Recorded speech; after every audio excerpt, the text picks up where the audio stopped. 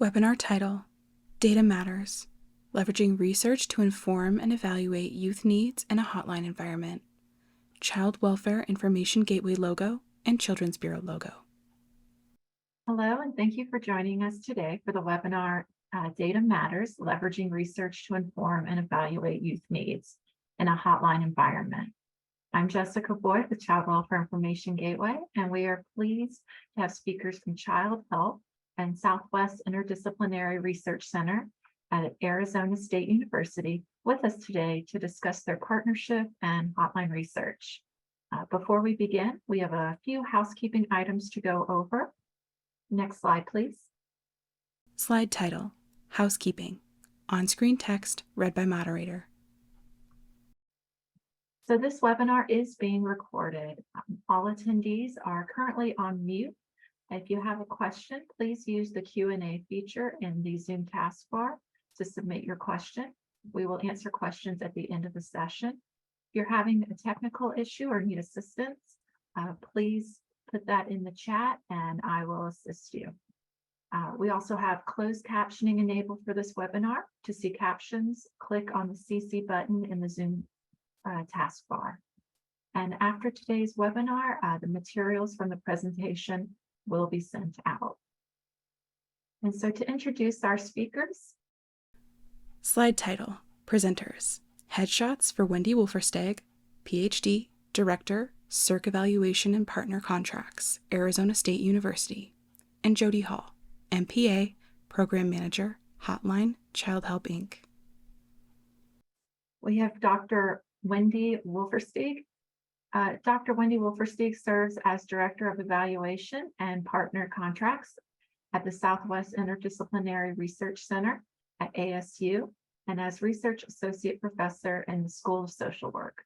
For over 20 years, her work in substance abuse prevention and evaluation in Arizona has focused on the use of effective evidence-based strategies and data-driven decision-making. She leads her team in working collaboratively with state, county, city, and local agency and coalition partners to design and perform evaluations, provide trainings, and disseminate findings aimed at preventing, reducing, and eliminating health disparities. We also have Jody Hall. Jody Hall serves as the Program Manager for the Childhelp National Child Abuse Hotline, responsible for leading all aspects of grants, contracts, and data management. For over 25 years, she has dedicated her career to improving the lives of youth. She has 15 years with Childhelp and has worked in various roles, including Program Director for the Childhelp Community Center, focused on prevention of child abuse. Her previous work as a program administrator within local government sparked her interest in working with youth through experiences with Head Start and workforce development youth programs. Jody received her master's in public administration from Webster University and her bachelor's in criminal justice from Arizona State University. We're pleased to have both of them with us today. And now I'll hand it over to Jody Hall with Childhelp. Webinar title and Childhelp's PACTech project, text with a cartoon image of hotline and chat counselors sitting at desks. Thank you, Jessica. Wendy and I are pleased to be with all of you today to discuss why data matters. Childhelp and Children's Bureau logos with disclaimer text. But first, before we get started, we wanted to make you aware that this project is supported by the Administration for Children and Families of the Department of Health and Human Services as part of a discretionary grant as indicated on this screen. Cartoon image of hotline and chat counselors working at computers accompanied by 8 text boxes of facts about Childhelp Hotline read by presenter. And for those of you who were with us for the first webinar, you heard about Childhelp National Child Abuse Hotline. However, for those of you that were not able to join us, we wanted to kind of have a little bit of a recap of who we are. So the Childhelp National Child Abuse Hotline is the only nationwide hotline with a primary focus on child abuse and neglect. And we average over 100,000 contacts annually through calls, texts, and chats. The hotline is staffed by professional counselors who can provide services in English and Spanish 24/7, 365 days of the year, and have access to video relay services and over 170 languages through a language line service. The hotline provides information, education, crisis counseling, support, and referrals to community resources. It's important that we distinguish that we function as an independent from state child welfare agencies, which take and investigate the formal reports of suspected child abuse and neglect. Our hotline fills the gap and connects the dots. In some instances, we refer the help seekers to make a report to a state agency, but in many instances, the help seekers are looking for emotional support or to explore options they have based on their situation they are reaching out for help with. We also link to local community resources to ongoing support. Image of 6 children standing outside wearing backpacks and smiling for the photo. Several logos and graphics associated with Childhelp and ASU CIRC fill the slide, accompanied by the text, Academic Community Partnership began in 2015. Childhelp has long recognized the importance of partnering with academic researchers. As such, Childhelp first partnered with Arizona State University's Southwest Interdisciplinary Research Center in 2015 in order to evaluate the Childhelp Speak Up, Be Safe prevention curriculum. This curriculum is now rated a 2 by the California Evidence-Based Clearinghouse, which indicates the curriculum is supported by research evidence. Shortly after, in 2016, Childhelp engaged with ASU CIRC to provide quantitative analysis of our Strengthening Families Parenting program. Seeing the benefits that academic community partnerships provide to enhance our programs, Childhelp continued to engage with ASU CIRC to conduct quantitative research evaluation of the Prevent Abuse of Children Text and Chat Hotline project in 2018. The word PACTEC is next to a cartoon image of a woman covering another woman from a rain cloud with an umbrella. A statement about PACTEC is read by presenter. The PACTEC project provided an opportunity to plan, implement, and research text and chat services in a hotline environment with a target population of 13 to 24-year-olds and a primary issue of child maltreatment. This population does not regularly access the hotline by phone. In fact, over 90% of callers reaching out to the hotline were adults reaching out on behalf of children. And this funding expanded the hotline's ability to connect with you through text and chat modalities, which is their preferred method of communication. It also allowed us to again partner with ASU CIRC to quantitatively research outcomes and best practices for serving youth. Implementing these modalities helped mitigate risk factors, increase protective factors, such as connecting youth to supportive services, stress reduction, and increased hopefulness. To be more specific, the quantitative research looked at the demographics of who was reaching out to the hotline, what the presenting issues were, and what the immediate post-contact outcomes were. And now with that, I'm going to turn it over to Wendy for a more in-depth look at the quantitative research process. ASU CIRC logo, slogan, and mission statement, along with 6 images of individuals and families smiling and posing for the photo. Thank you, Jody, and good morning, everyone. So again, I am Wendy Wolferstig at, you're hearing, Southwest Interdisciplinary Research Center, and from here on out, I will call it CIRC, S-I-R-C. Academics like long names, and so you can tell by that. We have been a research center at ASU for over 25 years. We are actually functionally in the School of Social Work, which is also in the College of Public Programs and Community Solutions. So you're hearing a lot of emphasis on working with community and on things that are very publicly oriented. Specifically, we look at issues around health equity and prevention and partner with those communities to look at the research and solutions to the issues and problems and concerns that we all have.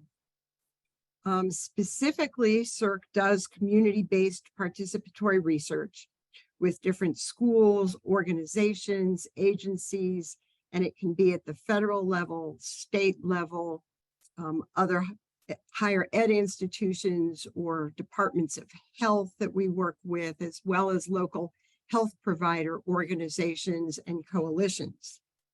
We help them look at their evidence-based interventions, whether they are developing these interventions, whether they are implementing them for youth and families, and looking at the degree to which their programming is effective, because we all want to be doing evidence-based and effective programming if we're spending the time and effort.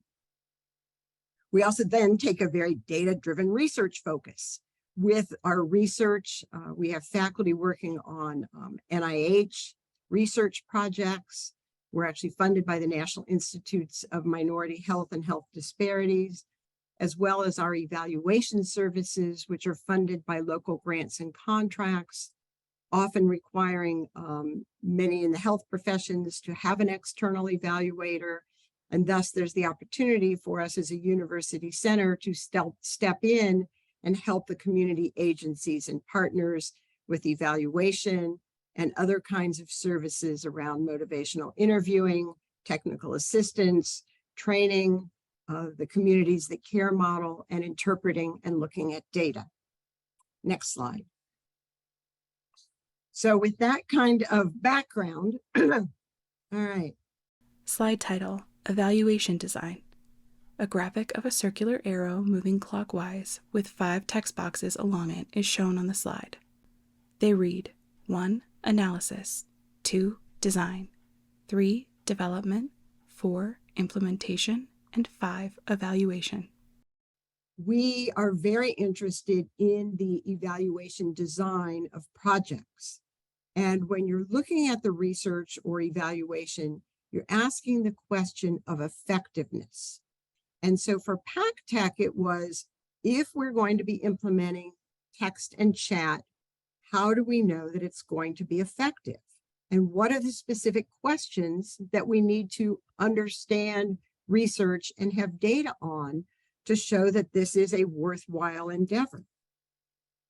So when we were really looking at it, we were talking about the degree to which the intervention was going to be effective.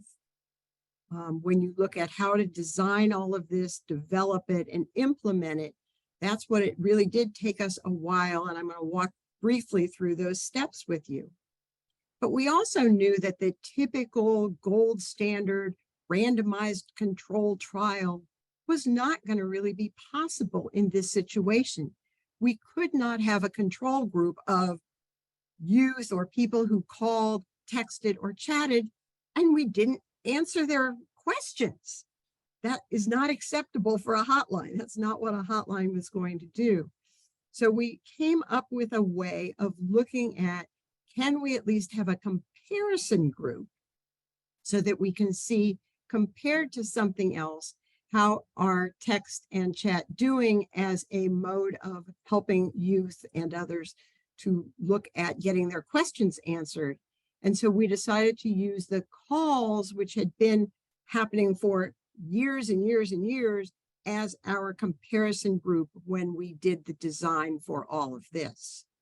We also walked through many steps in developing this design, implementation, and evaluation so that we could really analyze what was happening in terms of our effectiveness. Next slide. Slide title, Research Questions. 5 questions listed on screen are read by presenter. So to begin with, we really then looked at what are the research questions, the framework by which we are going to investigate all of this after having, of course, done a literature review as well. So these are the questions that we determined we wanted to answer with all of this. What are the best practices and protocols for implementing text or chat-based technology for a hotline? The Administration for Children and Families was interested in how they were spending their money on this project, but also knowing that there were many other advisory boards and other hotlines that were currently implemented. How could they best also take steps to implement text and chat, and wanted to use this as a model for that?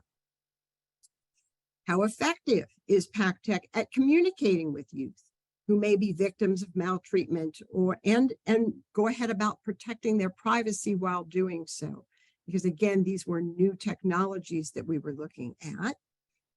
How effective is PACTech at engaging with youth to build their skills, provide resources, the information that they are looking for? What are the demographic characteristics and the presenting issues? Why and who are using text and chat? And finally, what are the best practices for the counselors who are answering the calls, text, and chat on the hotline, for them to be able to use these technologies to work with the help seekers? So we set out to answer those questions. Slide title: Importance of a pilot. Cartoon image of a hotline and chat counselor on a screen talking to another woman. On-screen text read and described by presenter.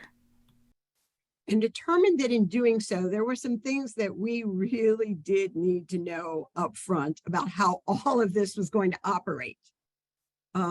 Designing is one thing, operationalizing is something else. And so we really decided that it was very important to do a pilot project, a pilot test of everything that we were going to put into place, because the counselors were new to text and chat.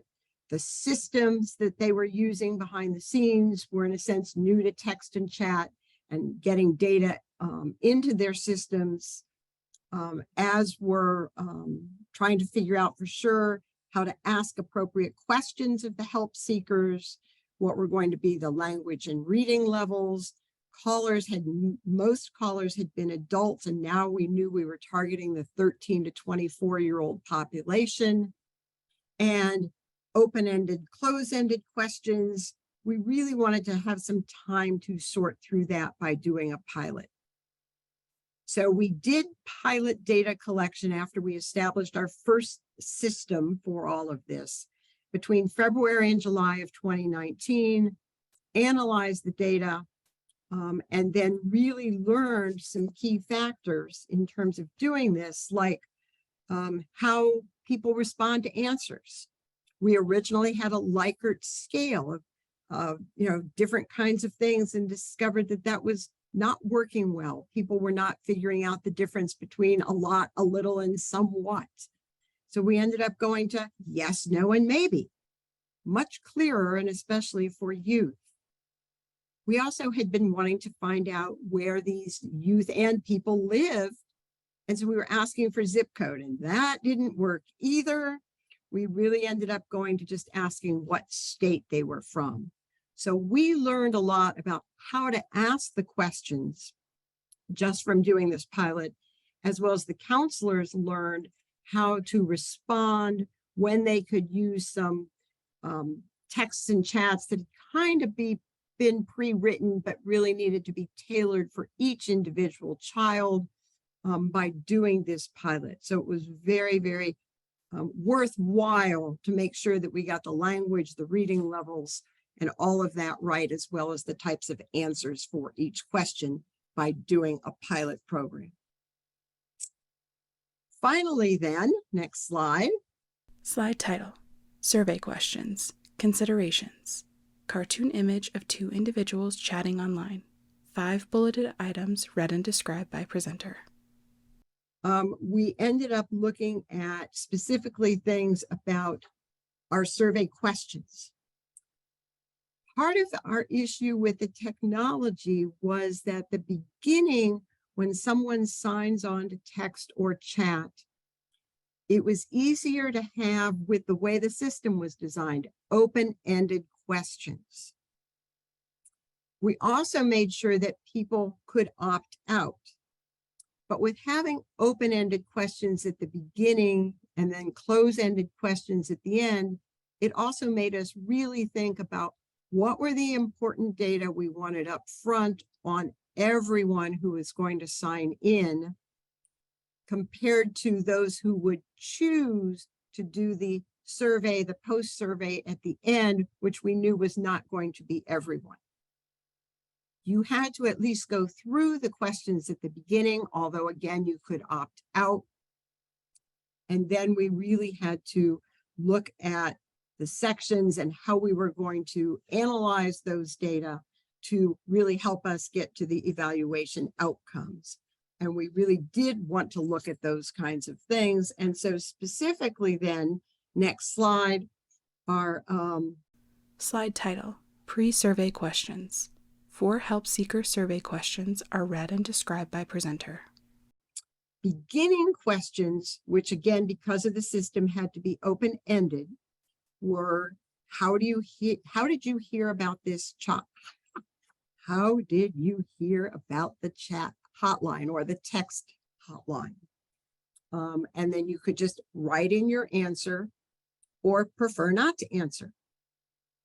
How old were you? This again was key because we had the hypothesis that younger people would do more text and chatting, and we really wanted to know that for sure. We also asked about gender and asked people, gave them some options of boy or girl and how do you self-identify or prefer not to answer. But again, people could write that in. And then what state are you chatting or texting from? Also, so you know that youth do have to consent at the beginning. The lawyers at Childhelp were very involved in helping to make sure that all of this was done with all of those kinds of legal issues considered as we went through it. So this is what happens before you actually get to someone to text and chat with. You're put in the queue and answered almost immediately with text and chat in terms of the counselor then getting on the text or chat with you. Those are the beginning questions. At the end are post-survey questions. Next slide. Slide title, Post-Survey Questions. 8 help seeker post-survey questions and responses are read and described by presenter. We had a different piece of a system working with those. And so we could do questions that were what are called the close-ended questions. We provided the responses for these. And here we again ordered them so that the first several questions are answered with a lot, a little, not at all, prefer not to answer. And then the next several are yes, no, and maybe. This really goes to answering those research questions. Did you feel more positive or hopeful after this text session? That was certainly a goal of calling the hotline or chatting with the hotline or texting the hotline. Did you get the information you need? Do you feel better prepared to deal with the situation, whatever your situation is, after this text session? Do you feel less stress? Was using text or chat a good way for you to get help? Would you have called the Childhelp National Child Abuse Hotline if text or chat was not available? Have you reached out to us before? And then the very last question, because we know that sometimes it puts people off, was about answering your race or ethnicity. Again, with all of these post-survey questions, people could decide not to answer and move on. We've had very good response to post-survey questions, and our data is on the next slide. So here we go. Slide title, Call Comparison Study, Target Age 13 to 24. Data points and a graph for the survey results and average contact time are shown on screen and read and described by presenter. Start over here on the right-hand side with the text, chat, and call post-survey response. we consider these to be great features of all of those who are text, chatting, and calling. These are the response rates. So we've had an average of about 30% of people answer the surveys at the end, stay on, and provide their information at the end. Those are wonderful numbers, at least the way we look at it. Most market research is happy with a 5 to 8% response rate. Also, we learned that texting and chatting takes longer. There's more of an interaction going on in terms of everybody having to type in what they're doing, and that takes longer than a call. So getting the counselors to be able to do these kinds of interactions, going back and forth and spending almost 3 times as long on their texts or chat, was also something that really had to be learned, a learned behavior by the counselors. And so these are actually now from the 12-month study. So I said, we did the pilot, learned what we needed to do, and the 12-month study was from June 2020 to May 2021. This was also a time in which everything, all of the people calling, texting, and chatting into the hotline really picked up. Again, June 2020, everyone was at home for COVID. And so this was we felt that this was really performing a service for those young people who were now at home, didn't have access to their school counselors and other people. And so that very much reflected what was going on at the time with all of that. And indeed, we found that on average, the youth who were texting were about 15 and a half years old, as were the people chatting, whereas the average age for the callers was more like 17 during this period of time. The other important piece on this slide is would you have called, texted, or chatted if what you did was not available? And what we see is that people who called were much more likely to say that they would also have text or chatted, versus those who texted or chatted were less likely to have called. This very much told us that having that text and chat option was so very important to these young people. Next slide. Slide title, Post-Survey Results, Target Age 13 to 24, Text, Chat, and Call Data Points for Decreased Stress and Got the Information Needed, are read and described by presenter. Other answers to questions. Did you feel less stress after the call, text, or chat? Again, relatively comparatively good numbers in terms of responses. 73, 75, 85%. Did you get the information you needed? Wow, yeah, most people did. This was wonderful for us to be able to see these kinds of results, that the hotline and these services were providing a very needed service to the help seekers. Next slide. And this goes on now to show. Slide title, Post-Survey Results, Target Age 13 to 24, Text, Chat, and Call Data Points for Better Prepared and More Positive and Helpful are read and described by presenter. Do you feel you were better prepared to deal after this, with your situation after this text, chat, or call?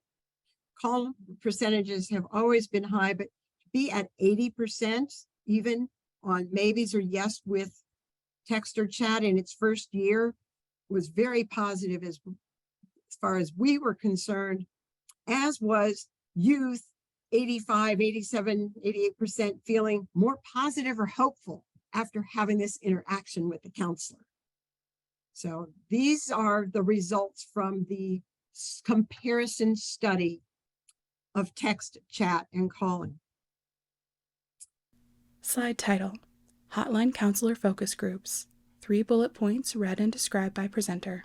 We have felt very good about those and very much determined that this was an effective way of doing business, and especially of reaching the 13 to 24-year-olds. The other thing that we have done over the years is qualitative data collection with the counselors, because it's the counselors who make it happen. And Jody's going to pick up a little bit at the end here about other things that have been done to really help and strengthen the counselors and the climate. But we knew that working with the counselors and the work they were doing was so very important that internally prioritizing the mental health and a trauma-informed culture was going to be necessary, especially after COVID picked up and everything became more traumatic. And understanding how the counselors' well-being really did impact their performance. And they had always communicated well with each other and with their supervisors, but being able to promote that, and especially in a remote situation where no one was in an office and could really communicate by looking over at the next person or walking to a supervisor, but everyone was remote and had to figure out that system for communicating with each other and being able to be retained in their positions. Next slide. Slide title, Focus Groups, 2019, 2020, 2021, 2023. On-screen text, 2019, 1 focus group, 2020, 2 focus groups, 2021, 3 focus groups, 2023, 2 focus groups. We have done focus groups in 4 of the 5 years that they've had this PACTEC grant.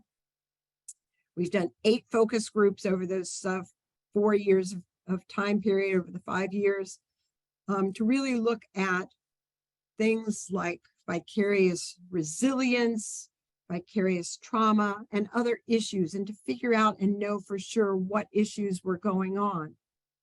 In 2019, we did 1 focus group with counselors and supervisors. In 2020, we determined that it was going to be probably a little more helpful to our data and to the people in the group if we split the counselors from the supervisors. So that year we did 2 groups. In 2021, we did 3 focus groups. We had new counselors who'd been there for a while, and then supervisors. And this year we did another group of counselors and supervisors. In 2019, the findings, the themes that came out from our findings were helping youth, safety, trust and privacy, and text and chat skills that were needed. In 2020, the 2 focus groups, the themes that came out from those focus groups were empowerment, supervision, and to no one's surprise, COVID challenges. In 2021, the themes that came out from our findings were vicarious trauma and vicarious resiliency, mental health coaching, and providing systems and support. And this last year in March, when we did focus groups, the themes that emerged from those were impact, challenges, and training and development that were still needed. Next slide. Slide title, Safety, Trust, and Privacy. A quote in a text box is read by presenter. So a few highlights. We could go on and on with highlights from what the counselors and supervisors said that were so enlightening of what their jobs were, of how they feel that they are being helpful. So we've just picked a few examples here. For example, one counselor said, I had one texter just a couple of nights ago tell me that they've carried their story around for years. And this was the first time they ever told someone that their story, because it was easier on text. Wow, powerful. Next slide. Slide title, Helping Youth. A quote in a text box is read by presenter. Another counselor said, I think texting is what teens and kids now have grown up with. And I think that we've opened up a whole new population of kids who are reaching out because now we have text and chat available at the hotline. Next slide. Slide title, Safe Spaces, an icon of a heart and hands next to a quote in a text box is read by presenter. Further, on the issue of safety and safe spaces and providing those, one counselor said, many people who reach out to us don't have anyone or don't feel comfortable, being their true selves or feeling all their feelings of what they're going through. And we have the opportunity to hold space for them, to listen and validate, and we can be there for them. And I think that's really special. And we know that thinking it's special is what keeps counselors on the hotline, keeps people retained in their jobs and feeling that sense of resiliency when they're being helpers in these kinds of professions. Next slide. So I'm going to want to refer you also to our websites. Slide title, Briefs. The URL childhelphotline.org/research is shown on screen with an example of a brief titled Hearing the Helpers. The Childhelp website, as shown right here, has many different pages with research. And we have been able to provide the research in many different ways to try and be helpful and reach different audiences. So one of the things that we have done are a series of briefs that are either 2 or 4 pagers, briefly outlining exactly what we did and what the results were. So there are briefs from each of these focus groups that are available. Other things that are available under the research tabs on the Childhelp helpline pages and research pages and the CERC pages are also all of our reports with the research data from the pilot, from the comparison study, from all of the other pieces that we've done, the model that Childhelp has developed. And so these are wonderful resources for you all to be able to do as well as things like this webinar that we have really tried to put out there. Jody's going to tell you about a journal article. So we've tried to provide the information of what we've learned, how things were done and conceived, so that all of this is out there for you to use to be able to help you in what you are doing. So I hope some of these data have stuck with you today. And with that, I'm going to pass it off to Jody to talk a little bit more about all of the data planning and pieces that are still going on. Thank you. Thank you, Wendy.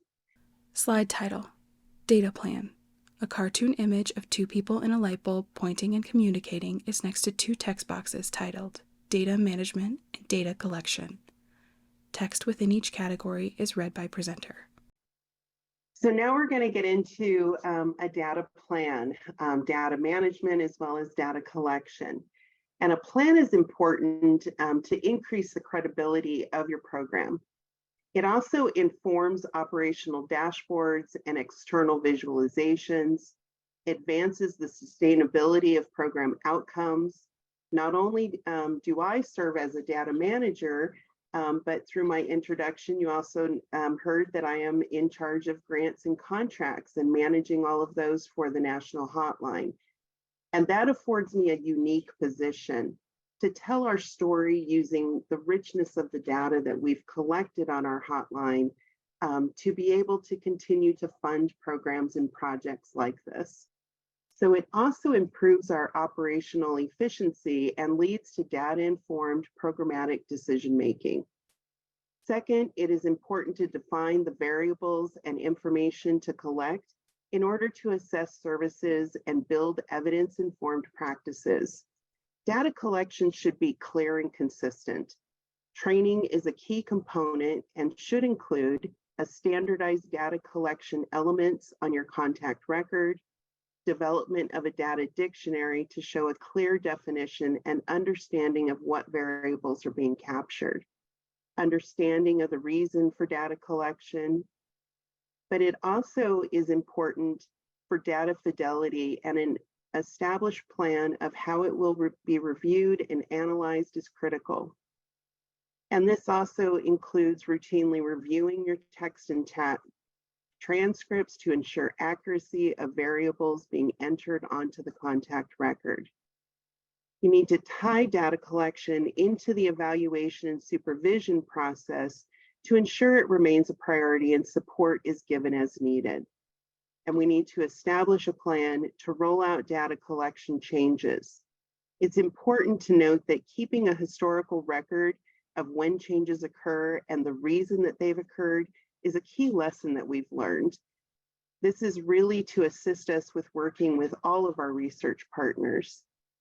And we have recorded a training on data collection so that all team members receive the information in the same manner. And it doesn't matter if staff are new to the organization or not, they all receive the same training by having had it recorded. And then community agency collaborations with academic researchers leads to evidence-informed practices. This allows our program to enhancements to be made to best meet the needs of those seeking help. It also leads to a robust outcome analytics. This type of partnership is an investment in time, resources, and finances, but it has many benefits, including objective evaluation of your services, co-creation of evidence-informed program practice models developed through an interactive process, and alignment of your mission-driven individuals with unique areas of expertise informing the process. This ensures that it's based in a solid evaluation practice while still being practical for program services. Ability to have comprehensive data analysis to understand who is utilizing the services, as well as outcome performance. Slide title, Childhelp Research. A screenshot of the Childhelp Research webpage is shown on screen. Telling our story through data has led us to other opportunities with additional universities, including the University of Pennsylvania. So as Wendy has stated on our research page, we do have a number of research papers that have been developed, topical briefs, our research findings, as well as all of the other research. An example of research letter titled Assessing Child Abuse Hotline Inquiries in the Wake of COVID-19 is shown on screen. And so the University of Pennsylvania project was a study on the effects of COVID on child maltreatment.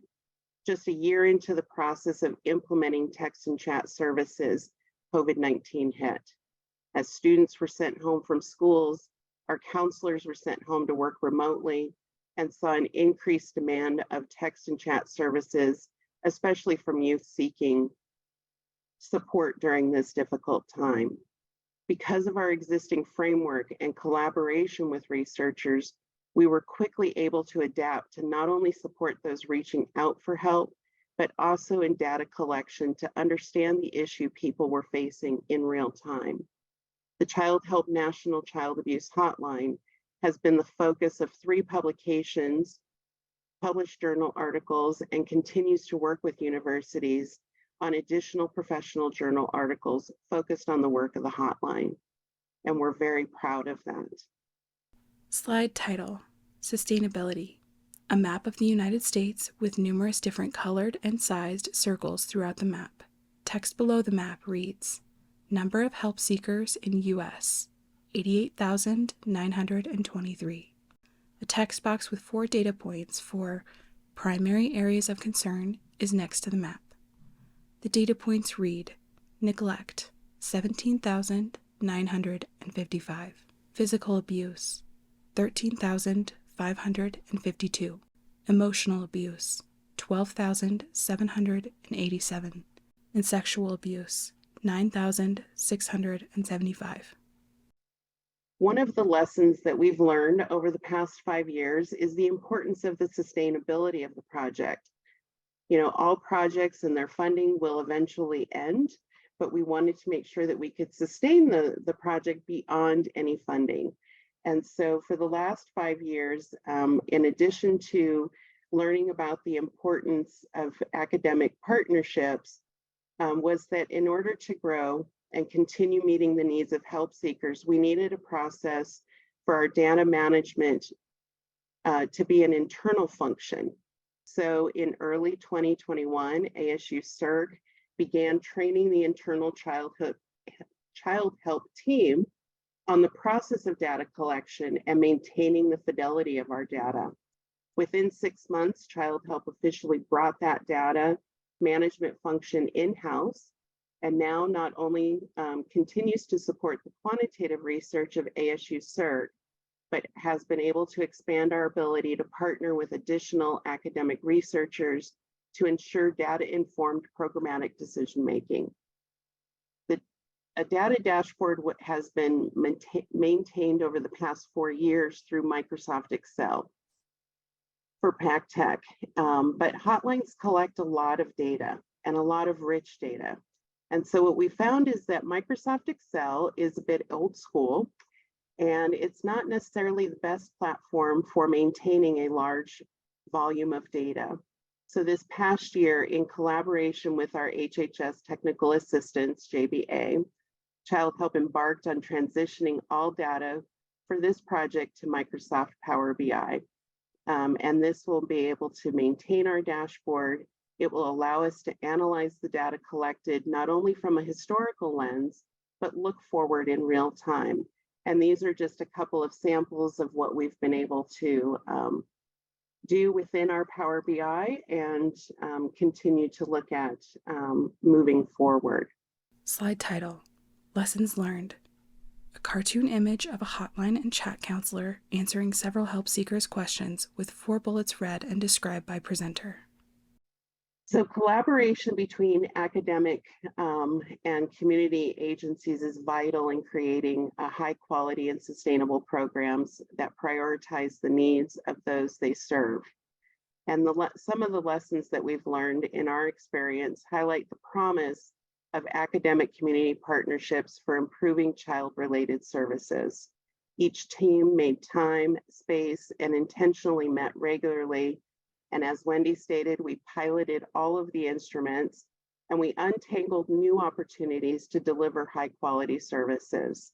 The team developed a data management plan to build and establish rigorous evidence to assess whether text and chat services are effective in delivering support services. This contributes to the sustainability of continued evaluation and improvement. And as we progressed further along in the research, we found there was also so much value in the transcripts themselves, specifically looking at how youth felt most supported through text and chat interactions, which led us to develop a best practice model for working through the stages of a text and chat interaction with youth.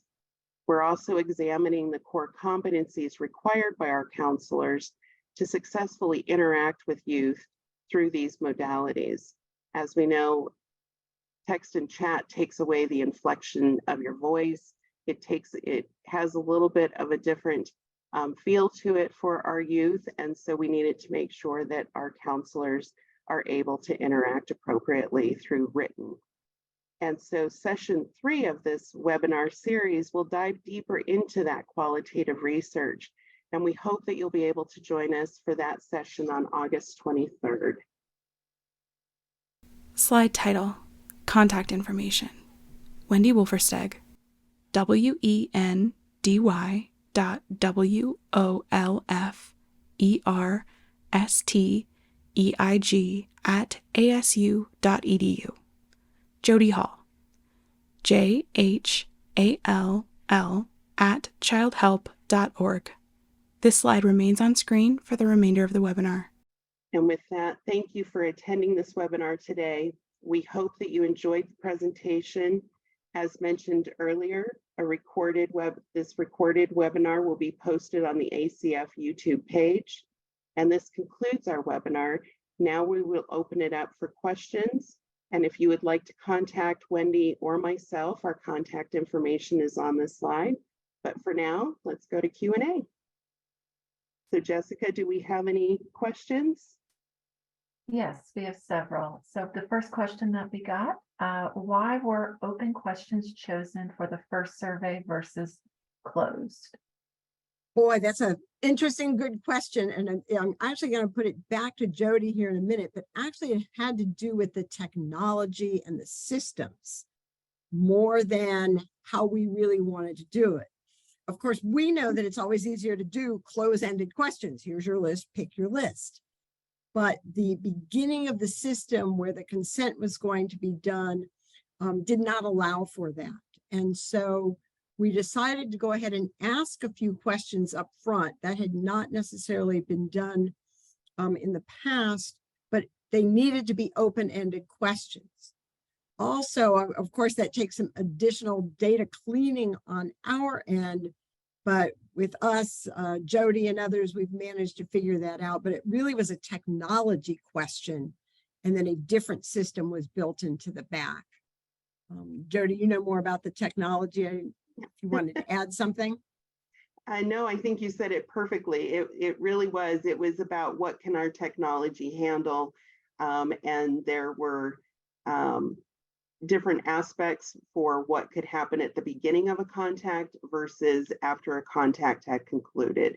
And so at the beginning, like Wendy stated, that particular platform that we were using would not allow us to do close-ended questions.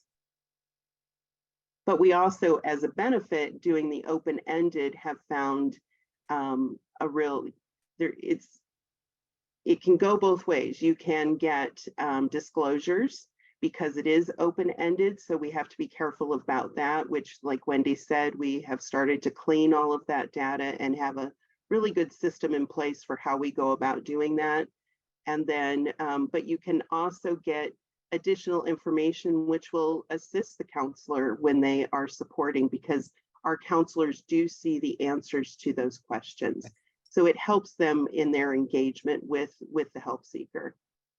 And in fact, that's why the age and the state question and some were put up front, was because that was the very, very helpful information for the counselor to know how old the person was that they were going to be texting or chatting with up front. So. Okay. Were you able to analyze if the increased time in chat or text interactions was due to caseworker delays versus youth delays? I don't think it was because of any delays. I think it was, we were getting a lot more information. The counselors were able to get the youth to provide them with a lot more information than if they had called. And it does take time to type out a paragraph versus to say it. And so that would be the only delays that we were finding. But really, I think that we were finding that we were getting a lot more of a rich conversation between a counselor and a youth when they were able to utilize the text and chat modalities. Did you identify opportunities for decreasing that service time via text or chat? I'm sorry, Jessica, can you repeat that question? I didn't catch the beginning of it. Yes.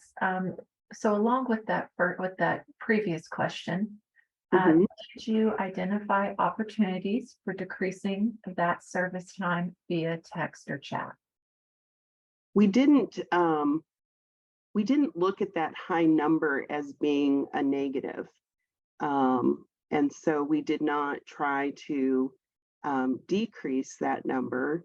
Other than what we did do was we came up with the practice model, which we will be discussing in session 3 of this series, and which would help the counselors along with being able to do closings. One of the things, the only thing I would say is that we did start to find sometimes there was some issues with doing a closing and ending a chat or conversation that did not just continue.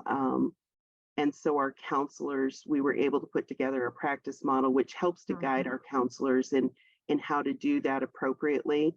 so that that way you're not on a text or a chat for, several hours versus 20 minutes.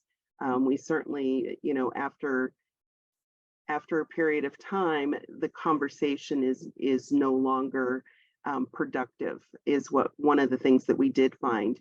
And so session 3 will really go into a lot more about how the counselors have been able to utilize a practice model to help guide the direction of the conversation, so that way it does not go on endlessly.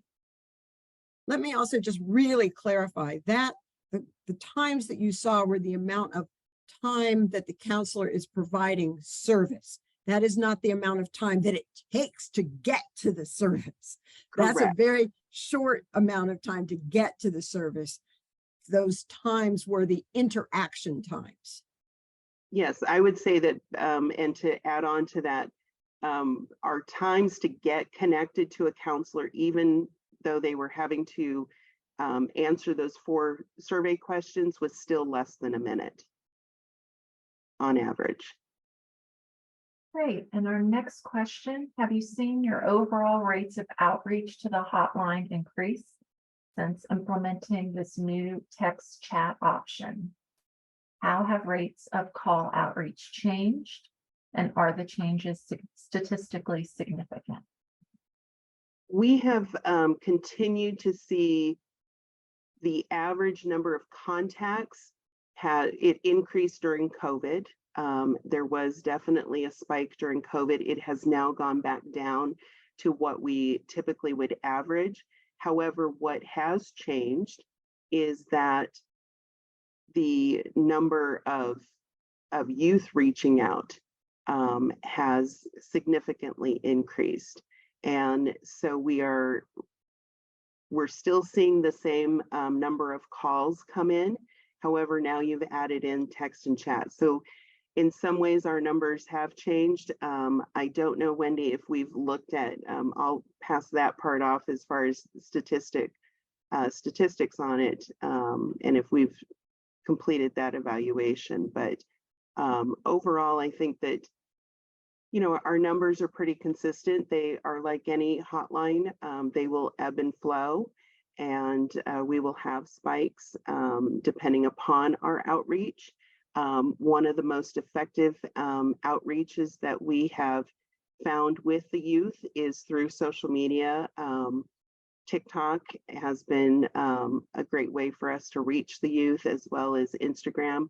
We have tried all of the platforms, and those seem to be the ones that most of the youth were finding us on.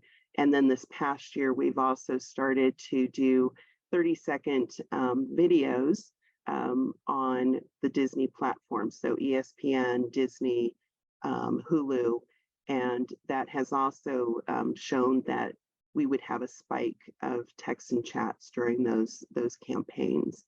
So on average, I would say that we have maintained.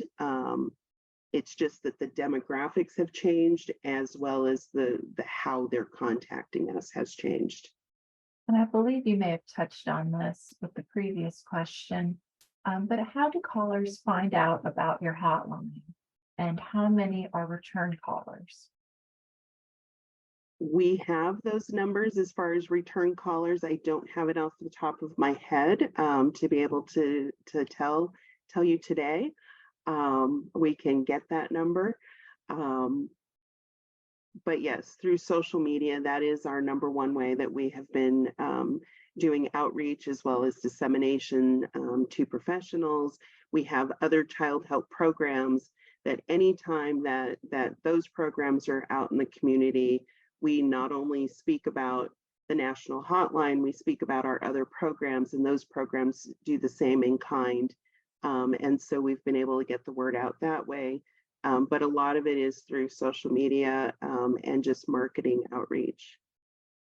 Great. And I believe this is related to the survey component, but the question is, would SurveyMonkey work? Jody, even you know the answer to this. SurveyMonkey is not as complicated behind the scenes. So it would seem to be able to do that kind of thing, but what's being used are much more improved, higher level technologies to really be able to collect the data, to interact with the call features, the technology that's being used there. And so, whereas in theory, SurveyMonkey would work, it would not at all be ideal for collecting the data the way it's being interacted with the technology, nor for how the data are being then put into the database, the data dashboard. platform, the dashboard. And you can elaborate on all of that, Jody. Yeah, because we do some web surveys. So we use SurveyMonkey for some of our surveys, but they're all for our website surveys. Anything that we are doing as far as research for evidence-informed decision-making, we have found that we need to be able to get in. The other thing that we have to be able to clean out, because of our pre-survey questions are open-ended, you do get disclosures. And so SurveyMonkey is also not the most secure to ensure that we would be able to de-identify.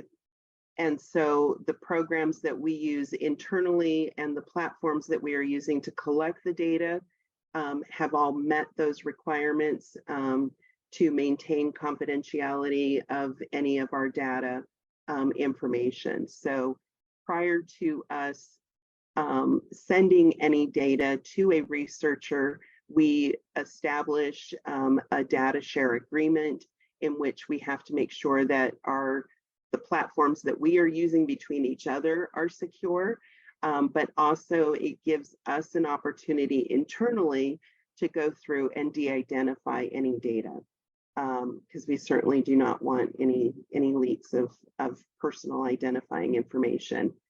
We are, as Childhelp, we are, and all of our researchers are under the auspices of HIPAA. So we do take that very seriously, and I just don't feel that SurveyMonkey would be the best platform to ensure that all of that occurs.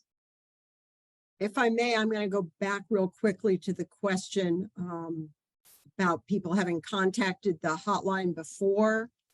During the comparison study, 77% of callers had not called before, 79% of chatters had not called before, and 86% of texters had not texted, chatted, or called before, or reached out to the hotline before. So most of these were new people, but anywhere in the about 15 to 20% are repeat customers. Thank you, Wendy. Okay, our next question is, why did you all choose Microsoft BI over other systems and platforms? That was a Childhelp internal decision. Our internal IT department, all of our platforms that we use are Microsoft products, and so it was the platform that would integrate with all of our existing systems, as well as already meet all of our security requirements. And so we did look at others. We looked at Tableau. We looked at continuing with Excel, and we also looked at the platforms that we use to collect the data and see if they would be able to provide us with dashboards.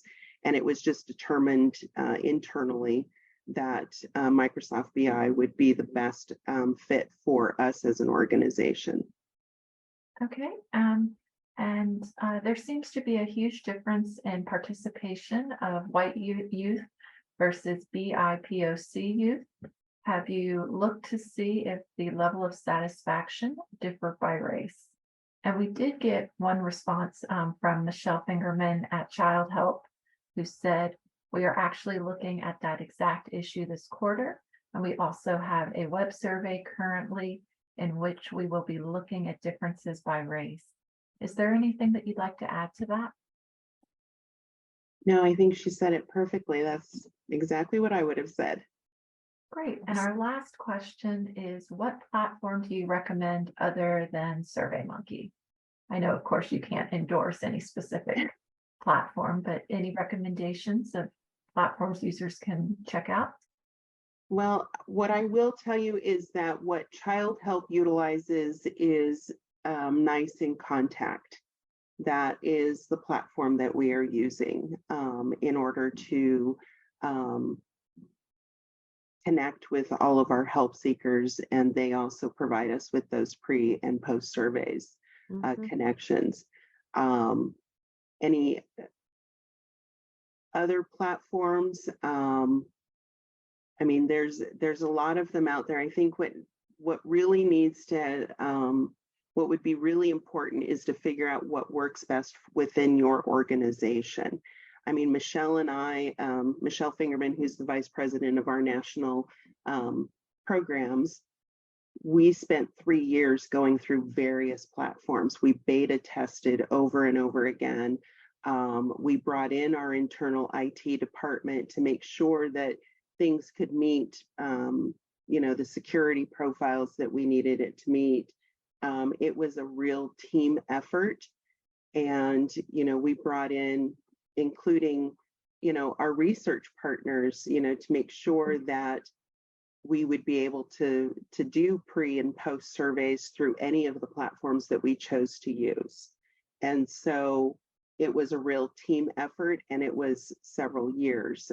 So when we started this project, within a year, we realized that we needed to start looking and making sure and really evaluating and assessing whether or not the platforms that we were using for telephone were the best platforms for text and chat. And so then started us going out and beta testing multiple systems. So I think really it just depends upon what best fits within your organization, because I don't think that there is a one size fits all for any hotline. Great. Well, we are at time.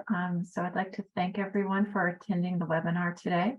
As Jody mentioned earlier, the presentation materials will be sent out after the webinar, and this recording will be posted on the ACF YouTube page. We also invite you to take a moment to provide us your feedback by taking the survey. The link is provided in the chat box. But thank you all very much, and this concludes our webinar. Thank you. Thank you. Thank you.